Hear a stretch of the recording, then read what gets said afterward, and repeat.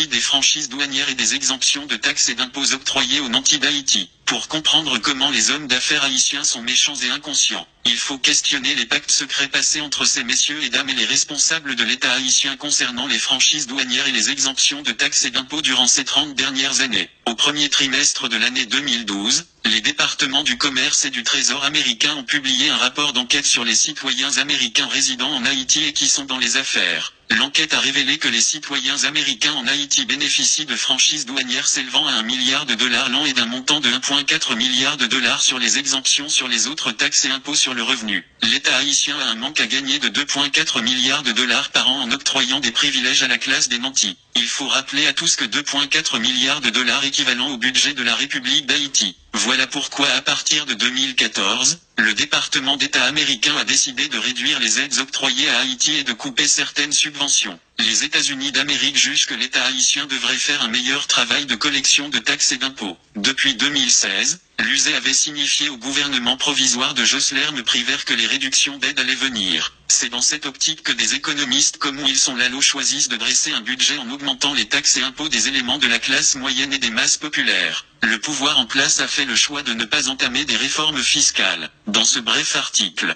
nous voulons analyser pour le grand public le pourquoi des franchises douanières et des exemptions de taxes et d'impôts dans une société capitaliste et expliquer à tous comment l'État haïtien devrait procéder pour rebalancer les choses et rendre justice aux pauvres qui souffrent dans ce pays. Nous sommes arrivés à un carrefour de notre histoire où les lampes commencent à se délier, où l'on ne peut pas continuer à rendre responsable le blanc parce que le blanc a décidé de nous donner une certaine marge de manœuvre pour voir si nous pouvons réellement nous prendre en main. Avec l'élection de Donald J. Trump, Haïti a la possibilité de tirer son épingle du jeu, d'effectuer des réformes en profondeur, d'établir des politiques publiques pour faire respecter le principe d'équité et d'égalité. Donald Trump durant sa campagne électorale avait promis que les États-Unis d'Amérique s'immisceront de moins en moins dans les affaires d'autres pays. Aujourd'hui, nous voyons clairement que l'administration Trump donne la primauté aux questions domestiques par rapport aux affaires étrangères. Qu'est-ce qui empêche à Haïti d'ouvrir un channel de communication avec la Chine populaire? Qu'est-ce qui empêche à Haïti de contacter des investisseurs au Moyen et au Proche-Orient? L'administration de Jovenel Moïse est otage de la classe d'affaires qui refuse de payer des taxes et des impôts. Les Arabes et les mulâtres en Haïti qui contrôlent la classe d'affaires ont longtemps choisi la voie de la bamboche et de la corruption généralisée. Ils ont prouvé qu'ils ne sont pas des Haïtiens. Nous n'encourageons pas la violence dans le pays, mais le peuple doit résister face à la menace que constituent ces deux classes en Haïti. Nous ne cherchons nullement à dédouaner les bossales qui s'allient à ces apatrides pour clouer au pilori les pauvres Haïtiens, miséreux de leur état. Nous classons à la même enseigne les intellectuels noirs de la classe moyenne et les politiciens issus de la classe populaire qui choisissent de faire le sale boulot pour les nantis d'Haïti. Aujourd'hui,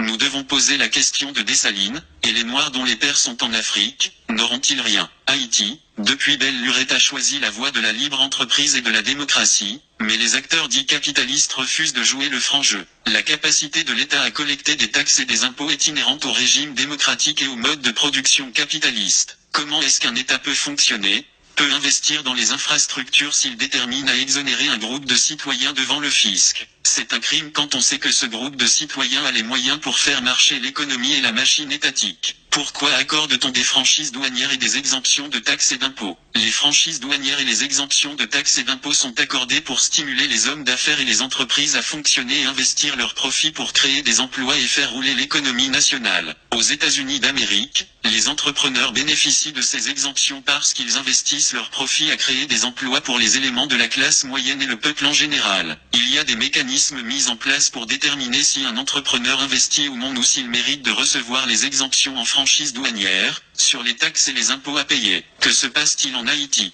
La plupart des hommes d'affaires en Haïti sont citoyens américains. Nombreux sont issus du Moyen-Orient. Leurs profits sont entreposés dans des banques américaines, européennes, libanaises, syriennes et israéliennes. Ils n'investissent rien en Haïti. Pourquoi depuis plus de 30 ans l'État haïtien continue avec cette pratique d'exonération? Les dirigeants politiques sont élus et nommés par la classe des affaires. En contrepartie, ces derniers offrent des avantages juteux à cette classe qui n'a pas les intérêts de la nation haïtienne à cœur. Nous sommes arrivés à un carrefour où nous réalisons que le populisme de droite et de gauche sont des manœuvres entreprises par les élites pour zombifier le peuple. Qu'est-ce que la gauche a foutu depuis 1986 en Haïti? Il y a une tendance à considérer les hommes d'affaires en Haïti comme de vulgaires imbéciles qui n'ont ni lecture ni écriture. C'est une fausse idée entretenue par les nantis mêmes. La plupart de ces hommes d'affaires sont très instruits et ont fait leurs études dans les meilleures universités au monde. Ils comprennent bien le fonctionnement d'une société capitaliste. C'est en connaissance de cause qu'ils choisissent de faire mal à Haïti, aux miséreux et aux appauvris haïtiens. En affaiblissant l'État, ils font d'une pierre deux coups. Ils bénéficient des largesses des dirigeants incompétents et inconscients et ils rendent impossible toute tentative de soulèvement et de changement du peuple haïtien. Ils encouragent de faux conflits dans le pays, ils arment des bandits un peu partout pour semer le trouble. Dans tout pays sérieux,